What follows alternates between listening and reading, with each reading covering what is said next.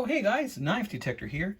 First of all, I just want to thank all my new subscribers, and I also want to thank all my really faithful subscribers that have been with me since the very beginning. I appreciate you guys so much. I want to go ahead and show you these kit knives, guys. Back in the 60s and 70s, before the inception of the what we commonly know as the multi-tool, and before brands like Leatherman and before Schrade started putting out all these new awesome multi-tools that can come out, and the SOGs and all these awesome what we normally call multi-tools, right?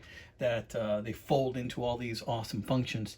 There were something called these kit knives right here. They were multi-tool kit knives, and they came in pouches like this. Now, I'm going to talk about this one in a little bit because guess what? This was also a kit knife, guys. And I know I did a Guess the Knife video on this one last week, and check this out. One person, I believe his name is Steve Payne, guessed it correctly. This is a Utica. It's a Utica, but this is also a Utica kit knife. See, check that out. We're going to talk about that in a little bit. But yeah, this is a kit knife, or knife kit, or multi-tool knife kits. People call them by different names. For the sake of the title of this video, I'm going to call them multi-tool knife kits because there's a knife in it, okay? And I am, of course, the knife detector. So this is a typical one I'm going to show you here today. This is actually an Imperial. So let's check this out. Let's take a closer look at this Imperial. Let's look at the tools. We have a flathead screwdriver. We have a kind of like an awl or something on this one. See, right there, comes to a point. And then we have a larger flathead screwdriver. And then we have a can opener, cap lifter combo. And then we have a file, which I think is pretty cool. And typically these kits, these multi-tool kits, come with a knife. And here's the knife. Check it out. This is an Imperial. Notice that it's got some wear and some sticky residue, probably from the plastic of so many years. Look at that beautiful celluloid pearl. Look at that. Isn't that in fantastic condition? That's just a beautiful example, guys. Guys, for this red kit right here, I think I paid $8 and $8 shipping, which I think is fair. And especially given the condition of this knife blade. I mean, you tell me, is $8 plus $8 shipping fair for this? I mean, I kind of want to carry this one on its own, but the thing is that I don't want to separate it from this kit, because the truth is, through so many years, when these kits were made, the pieces to the kits tend to get lost, right? They tend to get lost very often. And so oftentimes when you see these in a knife lot, or you see these for sale on eBay or Etsy or in the secondary market, all you see is the main blade. And then you run into this situation. Why does it have an extra pin over here, and why is it that it has some type of pins going through it? What are they for? And you start asking yourself that question. Well, I was asking myself that question like 10 years ago, and then I started to realize what the situation was, that these are actually part of kits. And this is an Imperial, by the way, and this Imperial, I believe, is from the 1960s or 70s, is the closest that I can come to it. Imperial, Providence, USA. I mean, look at that. Isn't that a beautiful thing? I think it's a beautiful thing. So let me show you how this works, right? So typically you decide which tool you are going to use. And let's say for my case, for example, I wanted to use the can opener. So I'm going to pull out this can opener that's been in here for what? Let's say 1960s, so about 80 years. I don't know, something like that.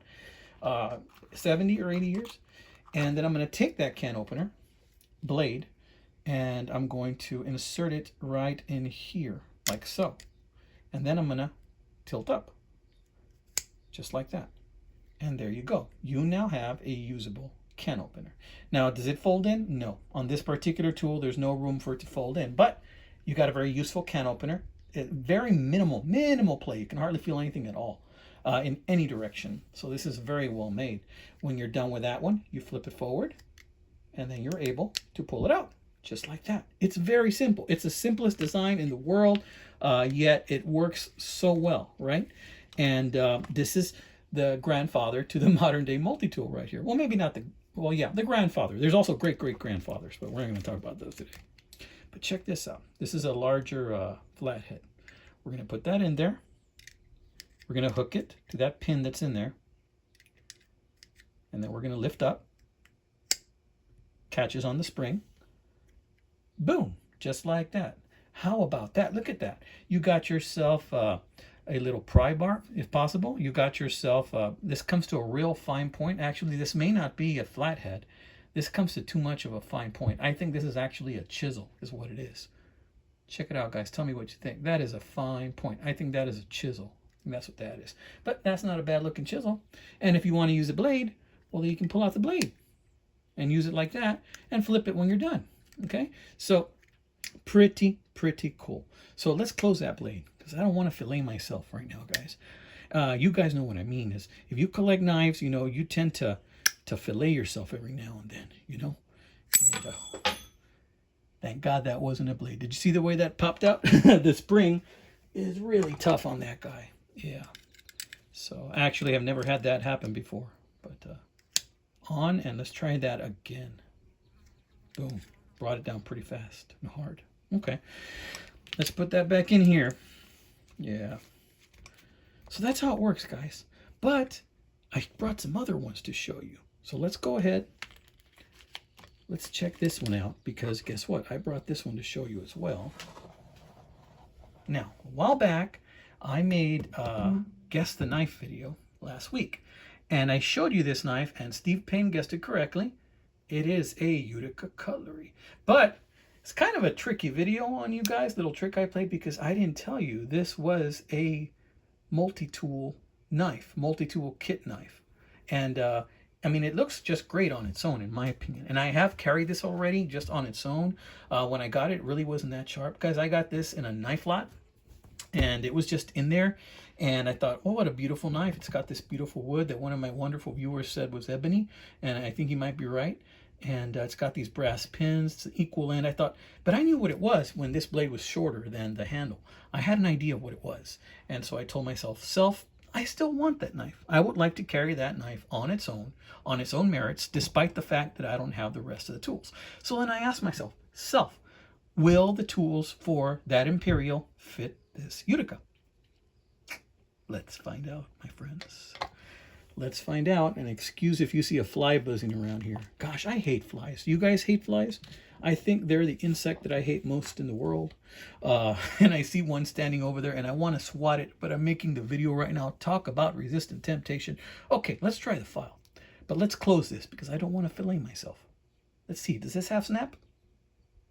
Yes, it does. It has a lazy half stop, and then snap open, snap close. Nice. Here's the file from the Imperial. Now, a lot of these are designed very similar. I'm not saying they're identical, but they have very similar designs. So let's see if we can put this one in here. Notice how already I can tell you there is a lot of space. So if it does work, it's not going to work that well. So let's flip it. Boom. Look at that. We now have a file that I can file my fingers with if I want. Looks like I need a little manicure right there. Don't we all? Yeah. Okay, so you get the idea. Yeah, it does work, but it has some play because the spring is wider than the blade, because this is not part of this kit. This has its own kit. Now, this Utica one, I believe, might be from the 60s as well, or 50s. It looks to me a little older, possibly 50s, 60s. If any of you guys know, please let me know in the comments, because that's what this knife hobby is all about, learning, right? And I like learning from you guys. So let's take it out. Let's see if we can pull it out with ease. Yep. Look at that. It almost came out on its own. So we're going to put that back in. Now, this other one I'm going to show you, I believe is a Barlow, but I'm not 100% on that. I found this one in a pawn shop, just like that. And I made a great friend, a young man who was eager to learn about knives. I told him about my channel, and he got my address down. He looked it up immediately, instantaneously. I mean, today, these young folks, you tell them the name of your channel, they find it in a second. Check this out. I think this is a Barlow. Now, this one has a different hookup. See that? There's that bar in there, but in order for it to hook up, I think you're supposed to pick up this Phillips. Look at that Phillips.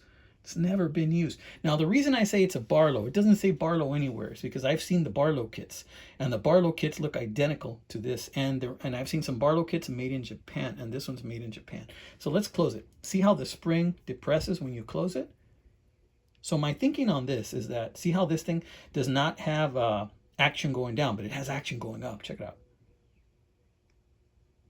Boom. See that? Man, I mean, this is a good screwdriver just to use in and of itself. You can use this as a screwdriver, and that's how it's meant to be used. But this one has a different type of hookup.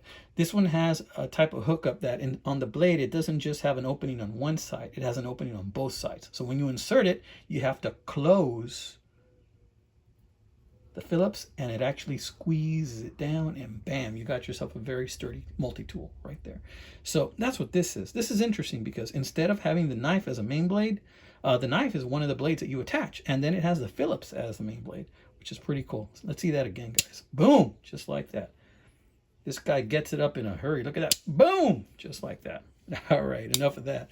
So I wanted to show you these guys. I wanted to show them to you because they're out there and they could be a lot of fun. You know, it might not be something you want to use every day. It might be something you want to have as a novelty, or it may just be something that you want to show to your friends. You know, they're out there. They're great pieces of history. And if you like playing with knives and taking things apart, putting them back together, you know, this might be right up your alley. You know, the thing I love about the knife hobby is that there is something for everyone. There is just so many millions of styles and knives out there that, guess what? We're always going to have something to look at.